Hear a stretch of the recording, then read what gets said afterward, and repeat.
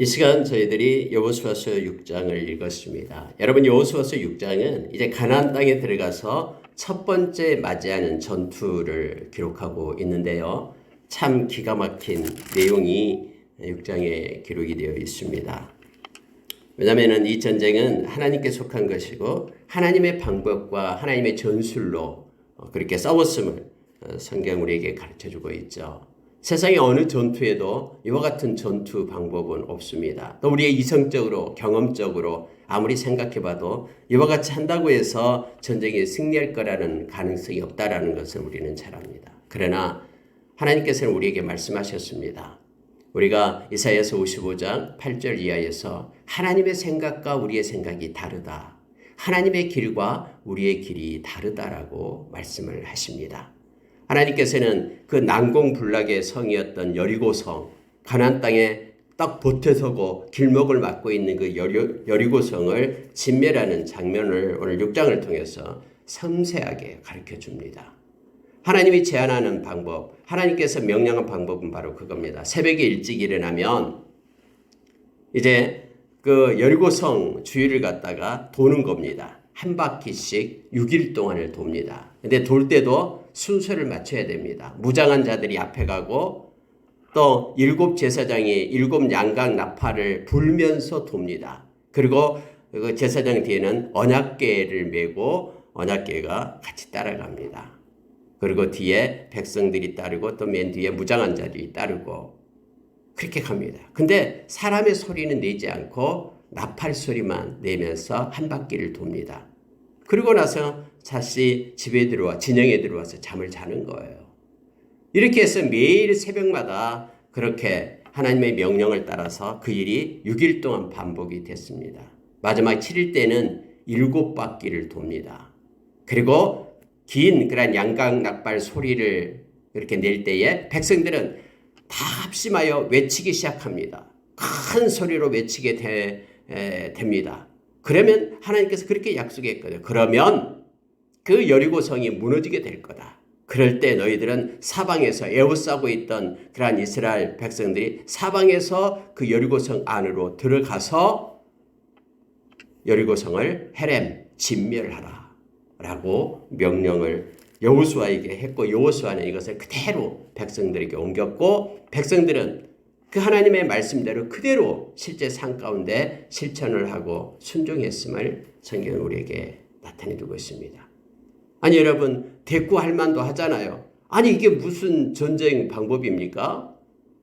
조용히 한 바퀴 돌고 들어가서 자고, 아니 그게 무슨 의미가 있습니까? 차라리 그냥 한꺼번에 하루 내내 뭐 13바퀴, 전체가 13바퀴인데 하루 내내 뭐 50바퀴를 돌든 해가지고 하루에 끝내버리지 일주일 동안이나 그렇게 한 게 뭐가 있습니까?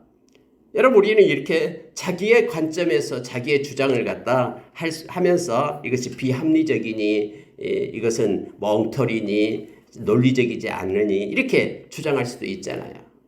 그런데 여러분, 여기에 동참했던 하나님의 이 명령에 동참했던 이스라엘 백성은 다 순종을 합니다. 그리고 그대로 논리적으로 자기와는 맞지 않을지라도 뭐 이렇게 싸우는 싸움이 다 있어 하면서 마음에 있다 할지라도 그 생각 위에 하나님의 명령의 말씀을 두고 그대로 순종하고 있는 이스라엘의 모습을 보게 됩니다. 순종하면 그 모든 결과는 하나님이 책임집니다. 왜냐하면 하나님이 명령했기 때문에 하나님이 책임지시는 거예요. 하나님은 말씀하신 대로 이스라엘 백성이 순종할 때 우리가 상상하기 어려운 놀라운 일들이 벌어지게 됩니다. 여러분, 원래 그 여리고성은 그 안쪽 벽과 바깥의 벽이 성벽이 있다고 그랬죠. 안쪽 성벽, 바깥의 성벽. 그리고 그 거리가 약 4m, 5m 정도 떨어지고 중간에가 있어요. 그래서 여러분, 우리가 기생 라합의 집이 안쪽 성벽과 바깥쪽 성벽을 이렇게 가로질러 가지고 그 위에다 집을 지었다 했죠. 성벽 위에. 그처럼 여러분, 이게 너무 튼튼해요. 이게요. 그래서 그 사이로 이렇게 마차도 다닐 수 있게끔 했습니다. 그 사이가 너무 폭이 크기 때문에. 아니 사람이 크게 외친다고 그 성벽이 무너져 내립니까? 진동에 의해서? 그렇지 않죠. 하나님께서 하시기 때문에 가능한 것입니다. 그래서 여러분, 오늘 6장에서는 너무나 섬세하게 이것을 기록해 두고 있으면서 우리로 하여금 교훈해 주는 내용이 있습니다. 우리는 3차원의 세계에 살고 있지만 하나님은 전능하신 분이고 하나님의 차원은 다르다라는 것을 3차원의 지식을 가지고 막 4차원, 5차원, 6차원 이란 하나님의 차원의 지식을 우리는 접근할 수가 없어요. 3차원의 지식을 가지고 우리는 판단할 수가 없어요. 마치 어린아이가 아무것도 모르는 어린아이가 마치 모든 것을 다 섭렵하고 배운 석학한테 자기의 생각과 맞지 않다고 틀리다라고 말한 것과 동일한 그러한 일들이 우리의 삶 가운데서 일어나고 있죠. 우리가 때로는 이해되기 어려운 일들이 우리 가운데 일어납니다. 그럼에도 불구하고 우리가 하나님을 의지하고 하나님께 맡길 때에 하나님은 하나님의 방법으로 가장 좋은 방법으로 합력하여 선을 이루시는 하나님을 우리는 믿습니다. 말씀의 약속을 우리는 믿습니다. 내가 너희를 떠나지 않고 버리지 않겠다라는 그리고 함께 하겠다라는 모든 것이 합력하여 선을 이루겠다라는 그런 하나님의 말씀을 우리는 의지합니다. 여러분 5절 한번 보십시오. 제사장들이 양각 나팔을 길게 불어 그 나팔 소리가 너희에게 들릴 때에는 백성은 다 큰 소리로 외쳐 부를 것이라. 그리하면 그 성벽이 무너져 내리리니 백성은 각기 앞으로 올라갈지니라. 하나님께서 주신 결과까지도 미리 말씀해 주셨죠. 그래서 마지막에 일곱째 날 일곱 바퀴를 돌고 큰 소리로 외쳐 부르면은 그리하면 성벽이 무너져 내릴 것이다. 그래서 너희들이 그리로 올라가서 그 안에 있는 모든 것들을 너희들이 온전하게 하나님께 바친 바 되게 될 것이다 라고 말합니다. 여러분 근데 한 가지 특이한 점이 있습니다. 9절에 보니까요. 그 무장한 자들은 나팔 부는 제사장들 앞에서 행진하며 후군은 그의 뒤를 따르고 제사장들은 나팔을 불며 행진하더라. 이렇게 되어 있는데요. 왜 하필이면 하나님의 언약궤를 메고 이렇게 돌았을까요? 우리가 여러분 하나님의 이 백성들이 언약궤를 메고 그렇게 행진을 해라라고 하나님이 명령했잖아요. 이 언약궤는 하나님의 임재와 하나님의 동행을 상징하고 있습니다. 그래서 여러분 언약궤가 효염이 있는 게 아니죠. 그 언약궤는 하나님의 임재를 상징해요. 또 하나님께서 지금 동행하고 있다라는 걸 상징해요. 그래서 여러분 결국 하나님께서 이 전쟁은 하나님께 속한 것이고 하나님이 함께하기 때문에 이 일이 이루어진 거예요. 상징적으로 나타내주고 있는 것이죠. 저와 여러분의 인생 가운데도 하나님이 우리와 동행을 하십니다. 근데 여러분 하나님은 우리의 마음 가운데 계시죠. 그래서 하나님 나라가 여기 있다 저기 있다 하지 말라. 너희 마음에 있다라고 예수님께서 우리에게 가르쳐 주셨죠. 진심으로 영접했다면 우리 안에 계시는 하나님이 계셔요. 그래서 하나님은 우리와 동행하며 함께 하시며 우리를 지키시고 보호하시고 인도하심을 우리가 기억하길 원합니다. 물리적인 언약궤에는 말씀이 들어있잖아요. 그래서 우리 마음 가운데 하나님의 말씀이 풍성히 거하고 성령님이 우리와 함께하기 때문에 우리도 역시 언약궤를 메고 우리의 인생을 사는 것과 동일한 영적인 그러한 하나님의 백성으로서의 이 세상 삶을 살아가고 있음을 우리가 기억하기를 원합니다. 여러분 이 언약궤는 마술상자가 아닙니다. 후일에 백성들이 불순종으로 인하여 하나님이 떠나간 언약궤는 단지 하나의 그 상자에 불과해요. 그래서 다음에 여러분 언약궤를 메고 전쟁터에 나가잖아요. 엘리 제사장이 있을 때. 그래가지고 제사장이 같이 나갔지만은 언약궤가 뭐 효력이 있고 능력이 있어서 그런 게 아니라 마음에서부터 하나님을 떠나고 또 마음으로 하나님을 믿지 않는다 그러면요. 이거 마술상자 아니에요. 그래서 뺏겨버리잖아요. 하나님이 스스로 하나님의 언약궤를 지키셨죠. 그래서 우리가 늘 기억해야 될 것은요. 우리의 마음의 중심이 중요합니다. 우리 마음이 하나님과 동행하는 또 말씀을 가지고 함께하는 그런 삶을 살아가는 우리가 되기를 원합니다. 하나님께서는 철저하게 말씀하신 대로 그렇게 행하셨습니다. 자, 15절에 보십시오. 일곱째 날 새벽에 그들이 일찍 일어나서 전과 같은 방식으로 그 성을 7번 도니 그 성을 7번 돌기는 그날뿐이었더라. 7번째 제사장들이 나팔을 불 때에 여호수아가 백성에게 이르되 외치라 여호와께서 너희에게 이 성을 주셨느니라. 그래서 외치고 정복하는 장면이 나오게 됩니다. 여러분 놀라운 것은요. 그 여호와의 행적을 보면은 가장 큰 일들은 새벽에 일어납니다. 오늘도 우리가 지금 새벽에 와서 하나님의 말씀을 읽고 기도하고 있습니다만은 홍해가 갈라질 때도 새벽이었죠. 이 여리고 성이 무너질 때도 새벽이었습니다. 하나님은 이렇게 새벽에 하나님의 백성들을 만나고 교통하기를 원하십니다. 예수님께서도 새벽 미명에 아버지께 한적한 곳에 나가서 아버지께 기도했던 내용이 누가복음 4장 5장에서 우리에게 말해주고 있죠. 5장 16절에도 나오고 있고요. 그래서 우리가 조용한 그런 시간에 하나님을 만나고 기도하고 또 새벽에 하나님의 역사가 일어난 것들이 성경에 기록되어 있음을 보게 됩니다. 여러분 17절에 보면은 이게 있어요. 이 성과 그 가운데 있는 모든 것은 여호와께 온전히 바치되 기생나합과 그 집에 동거하는 자는 모두 살려주라. 이는 우리가 보낸 사자들을 그가 숨겨주었음이니라. 우리가 정탐꾼 2명을 숨겨줬던 기생나합. 창문틀에 빨간 줄을 매어가지고 표시를 해라 라고 얘기했죠. 다 여리고성에 사는 사람들은 다 죽습니다. 심지어 여러분 여기 보면 어린아이까지 부녀까지 심지어 소와 양과 생명 있는 것은 다 죽어요. 그런데 유일하게 구원을 받는 사람이 있죠. 그게 뭐냐면은 바로 라합 가족이었죠. 하나님께서는 모든 것 진멸한 가운데 하나님의 은혜를 입는 자를 언제나 세운다라는 것을 보게 되죠. 그래서 여러분 우리가 홍수의 심판 때도 노아의 가족 8 식구만 구원을 잊게 되잖아요.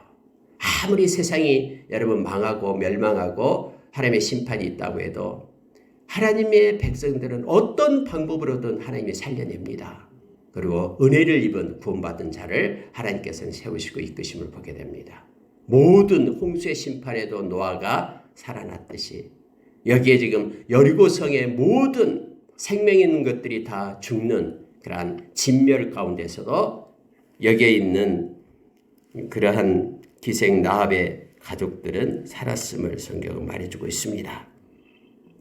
하나 여러분 여기서 이제 중요한 게 있는데 뭐냐면 너희는 온전히 바치고 이 내용이에요. 18절이요. 너희는 온전히 바치고 그 바친 것 중에서 어떤 것이든지 취하여 너희가 이스라엘 진영으로 바치는 것이 취하여 너희가 이스라엘 진영으로 바치는 것이 되게 하여 고통을 당하게 되지 아니하도록 오직 너희는 그 바친 물건에 손대지 말라. 여러분 그 여리고성에 막 보물도 있고 금도 있고 은도 있고 막 그러잖아요.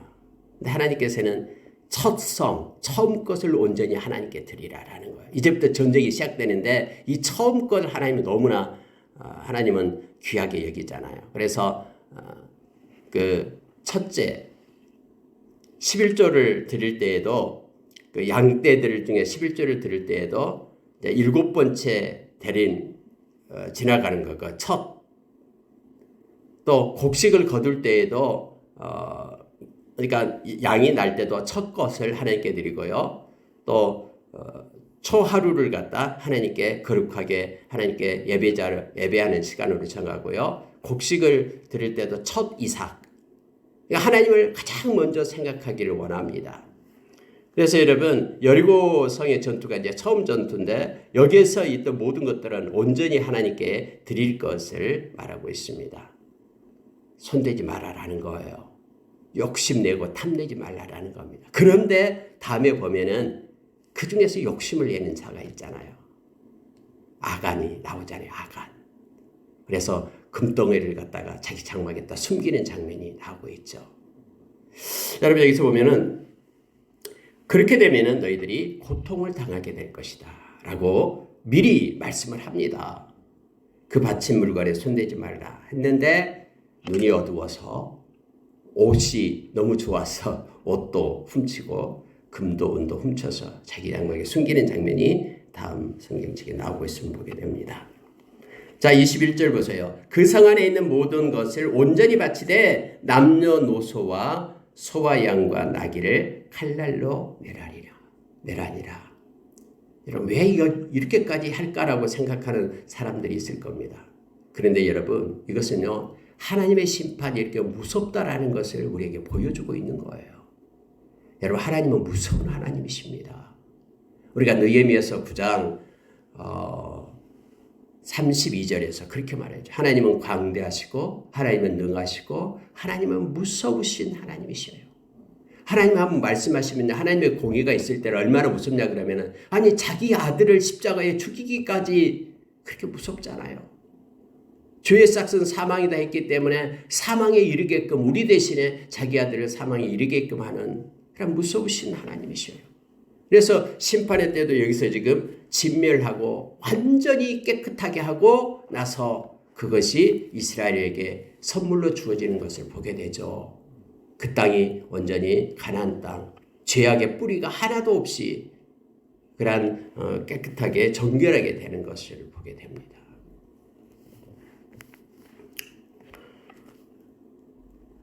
자, 여호수아가 이제 그 땅을 정탐한 두 사람에게 말합니다. 기생의 집에 들어가서 너희가 그 여인에게 맹세한 대로 그와 그에게 속한 모든 것을 이끌어내라. 그래서 정탐한 젊은이들이 들어가서 라합과 그의 부모와 형제와 그에게 속한 모든 것을 이끌어내고 또 그 친족도 다 이끌어내어 그들을 이스라엘의 진영 밖에 두고 이렇게 되어 있죠.